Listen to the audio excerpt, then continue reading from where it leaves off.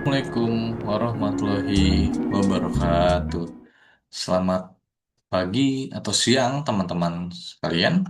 Perkenalkan, nama saya Muhammad Raffi Pratama.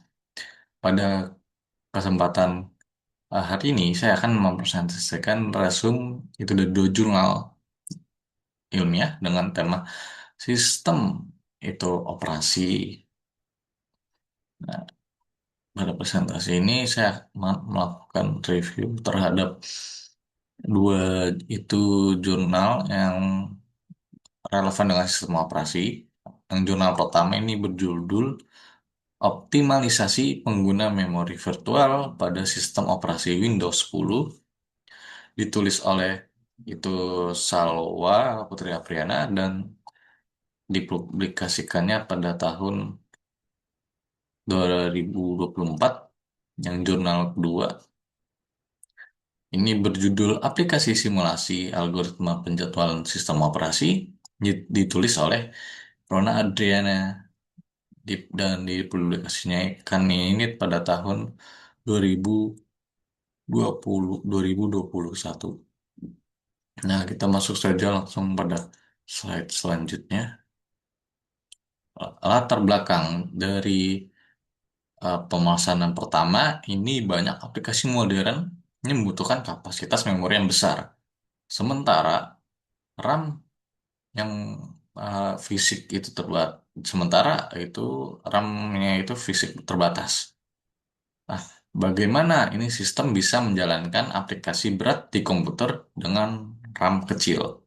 Yang kedua, CPU itu hanya bisa mengerjakan satu proses dalam satu waktu. Nah, bagaimana sistem membagi waktu CPU ini agar semua aplikasi berjalan dengan itu efisien? Kita masuk slide selanjutnya. Ini yang pertama kita akan bahas dulu jurnal yang pertama. Ini memori virtual. Jadi, apa itu memori virtual? Memori virtual adalah teknik yang mengombinasikan RAM dengan ruang penyimpanan di hard disk atau SSD. Jadi, ketika RAM itu penuh, sistem akan menggunakan sebagian hard disk sebagai RAM tambahan. Bagaimana cara kerjanya? Jadi Windows 10 menggunakan file khusus bernama pack file. Ketika RAM penuh, data yang jarang digunakan ini dipindahkan ke file eh, ini melalui proses yang disebut pegging dan swapping. Slide selanjutnya. Nah, penelitian ini menggunakan aplikasi benchmark ini untuk mengukur performa sistem. Jadi aplikasi yang digunakan itu ada Cinebench R20 untuk mengukur kinerja CPU. Lalu Unizin Event untuk mengukur kinerja GPU. Nah, hasilnya ini kinerja CPU meningkat 2,4% ketika memori virtual itu diaktifkan. Lalu kinerja GPU meningkat 1,1%. Nah, waktu respon sistem yang lebih cepat 15% saat multitasking. Dan jadi stabilitas sistem ini juga meningkat hingga 5%. Artinya crash atau freeze ini berkurang drastis.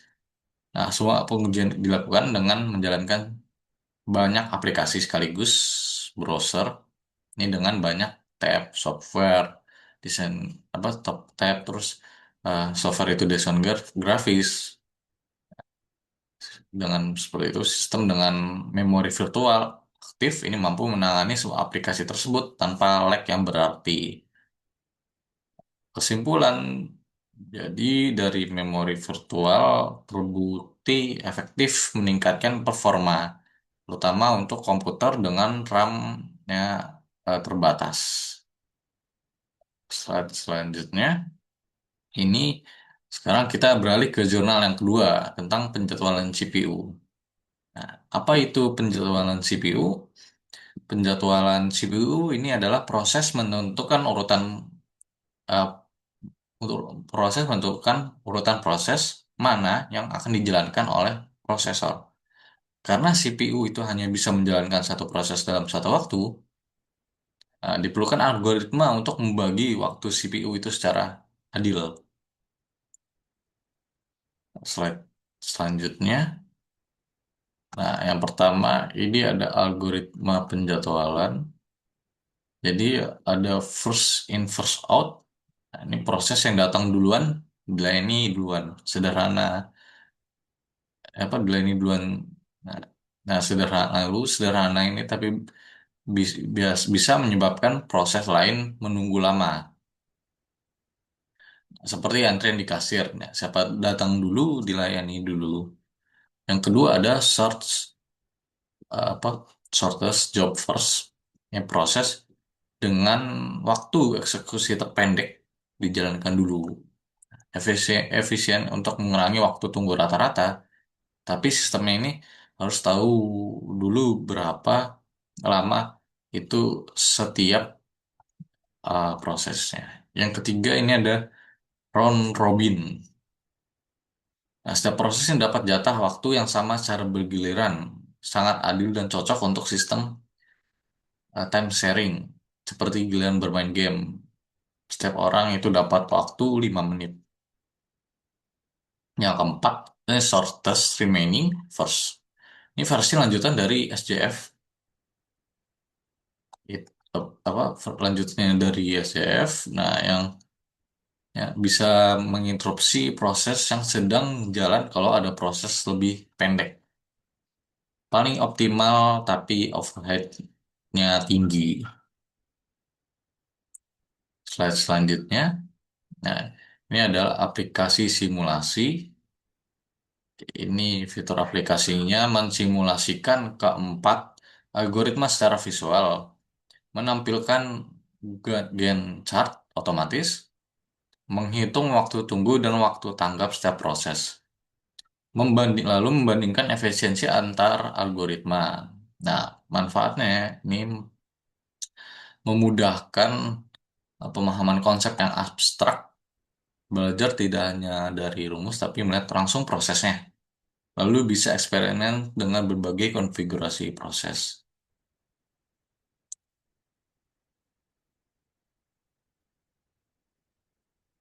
Nah, integrasi kedua dari konsep tersebut. Jadi, eh, ini ada contoh kasus ketika CPU ini akan menjalankan proses baru. Nah, proses tersebut harus dimuat ke memori dulu. Kalau RAM penuh, sistem menggunakan memori virtual dengan proses pegging. Jika pegging terlalu sering, terjadi namanya thrashing. Nah, algoritma penjadwalan ini menjadi tidak efisien karena CPU itu menghabiskan waktu menunggu data dari disk, bukan mengeksekusi program. Jadi, pada kesimpulannya, performa sistem operasi yang optimal itu butuh keseimbangan antara manajemen memori yang baik dan algoritma penjadwalan yang efisien. Salah satu salah satu lemahnya performa sistem itu akan menurun. Nah, jadi ini ada pada kesimpulan utamanya. Jadi kita masuk pada slide terakhir. Yang utamanya adalah apa maaf memori virtual itu efektif meningkatkan performa sistem dengan memanfaatkan hard disk sebagai RAM tambahan. Nah, peningkatan performa CPU itu hingga 22,4% dan stabilitas sistem itu hingga 50%. Nah, untuk algoritma penjadwalan CPU ini menentukan bagaimana proses-proses berbagi waktu CPU. Setiap algoritma ini punya kelebihan dan kekurangan tergantung kebutuhan sistem.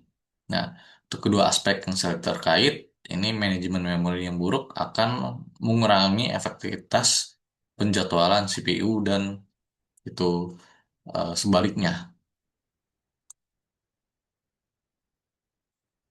Ya, demikian presentasi dari review jurnal dari tentang itu optimasi memori virtual dan algoritma penjadwalan CPU dalam sistem operasi. Bila ada kekurangan kata atau penempatan kata yang salah, mohon maaf. Terima kasih atas pengertiannya. Wassalamualaikum warahmatullahi wabarakatuh.